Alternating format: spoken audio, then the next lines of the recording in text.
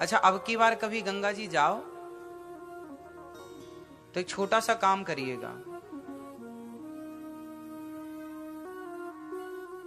और वो काम ये है कि आप अपने यहां से ना एक सीसी लेना, बोतल खाली, और उसमें अपने घर के आसपास का गंदा पानी भरना सीसी में, और ढक्कन लगा के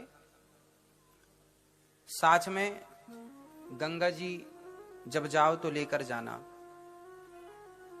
और फिर गंगा जी जब पहुंच जाओ तो सीसी को गंगा जी में डालना, और घंटे 2-4 घंटे या 2-4 दिन तक पड़ी रहने देना, और जब वापस आप आए तो सीसी को निकाल कर ले आए, और फिर यहां लाकर ढक्कन खोल के सबको पिलाओ, भैया पियो गंगा जल। कोई पिएगा?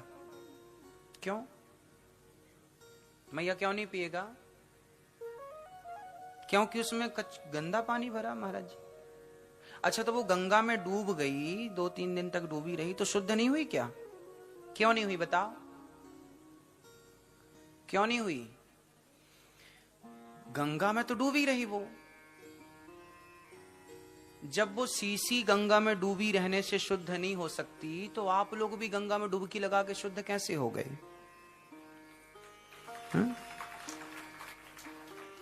जब तक उस सीसी के अंदर पानी ना जाए, भाई सीसी में गंदा पानी आपने भर के ढक्कन लगा के गंगा जी में डाल दिया और 4 दिन तक पड़ी रहने दिया, तो वो जैसी डाला आपने वैसे ही निकली, 4 दिन बाद भी वैसे ही है, उसमें कोई बदलाव नहीं हुआ। तो जब आपके गंगा नहाने के पहले भी आप जैसे थे, गंगा नहाने के बाद भी आप यदि वैसे ही रहे, तो फिर गंगा नहाने का लाभ क्या है? पानी तो अंदर गया ही नहीं। अंदर मतलब पानी ने आपकी चेतना को, आपके मन को, आपके विचारों को तो उसने पवित्र किया ही नहीं। और अपवित्रता कोई शरीर की थोड़ी होती है। बताओ, गंदा मन होता है कि तन गंदा? समाज के गंदे तन को स्वीकार किया जा सकता है कि गंदे मन को स्वीकार किया जा सकता है? बोलो, गंदा क्या होता है, मन या तन? बोलो। ये छोटा सा बच्चा है यहां पर, ये छोटे से बच्चे ना, छोटे छोटे बच्चे तो मलमूत्र कर ही लेते हैं, छिच्छी सुसु करते हैं, और कई बार बच्चे वहां पर छिच्छी करके उसी में घूमते रहते हैं, पूरे शरीर में वो मलमूत्र लगा के घूमते हैं। लेकिन वो मलमूत्र भले उनके पूरे शरीर में लगी है, लेकिन वो अशुद्ध नहीं है। क्यों अशुद्ध नहीं है वो? क्योंकि वो गंदगी उनके शरीर पर है, उनके मन पर वो गंदगी।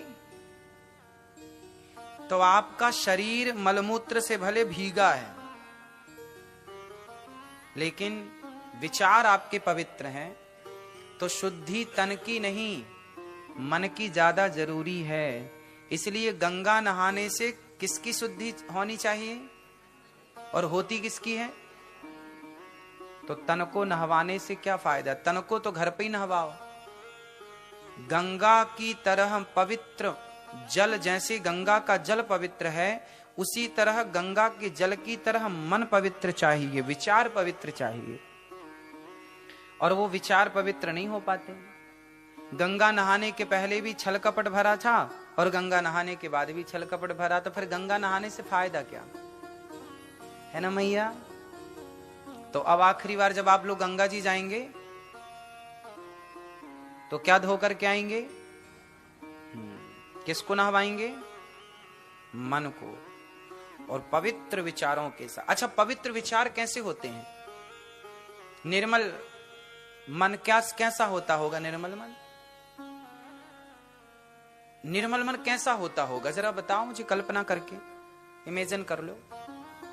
शुद्ध पवित्र मन कैसा होता होगा मैया? चलो बताओ, निर्मल मन कैसा होता होगा?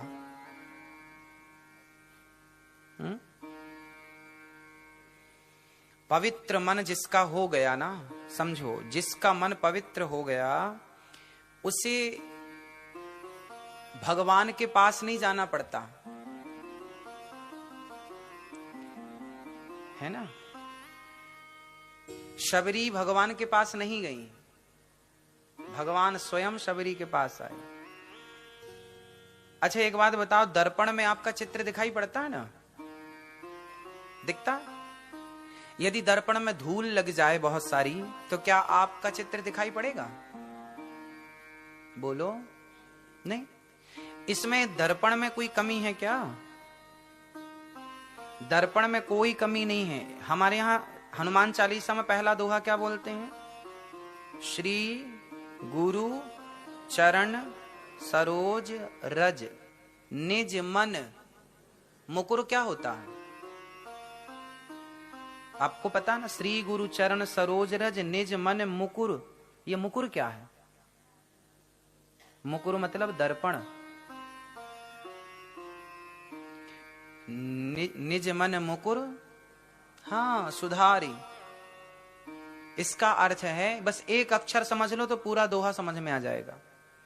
श्री गुरु चरण सरोज रज निज मन मुकुर। तो ये जो मन का जो दर्पण है, इसमें धूल जमी है।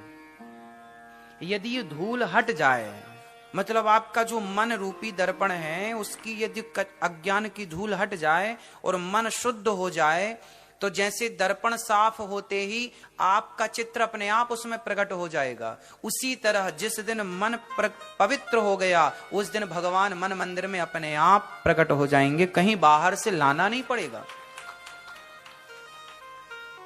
अभी कमी है कि हम अपने मन के दर्पण को साफ नहीं कर पाए, और पूरी जिम्मेदारी आपकी है कि आप साफ सफाई करें, निर्मल करें अपने मन को। लेकिन आप मन को पवित्र नहीं कर पाते। इसलिए तो कहा, जो मन की मैल न धोई गंगा गया तो क्या हुआ।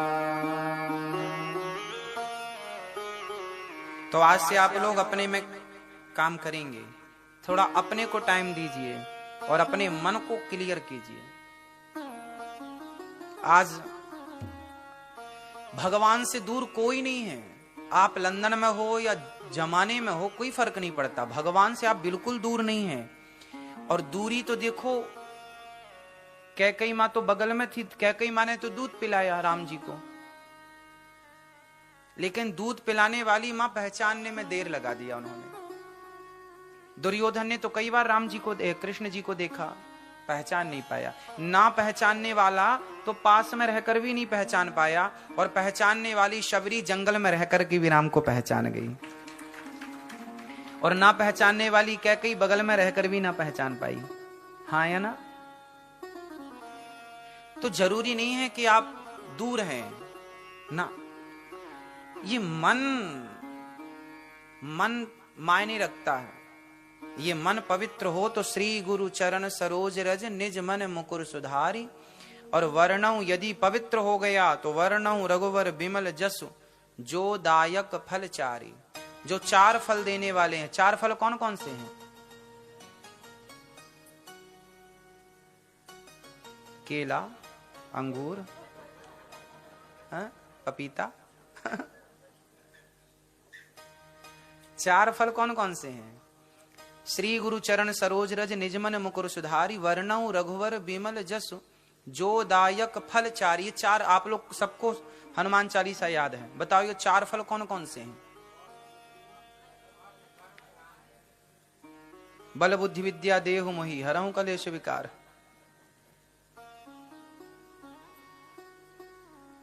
वो सिद्धियां हैं, अलग है। 4 फल हैं। कल ही बताए हमने 4 पढ़ाई।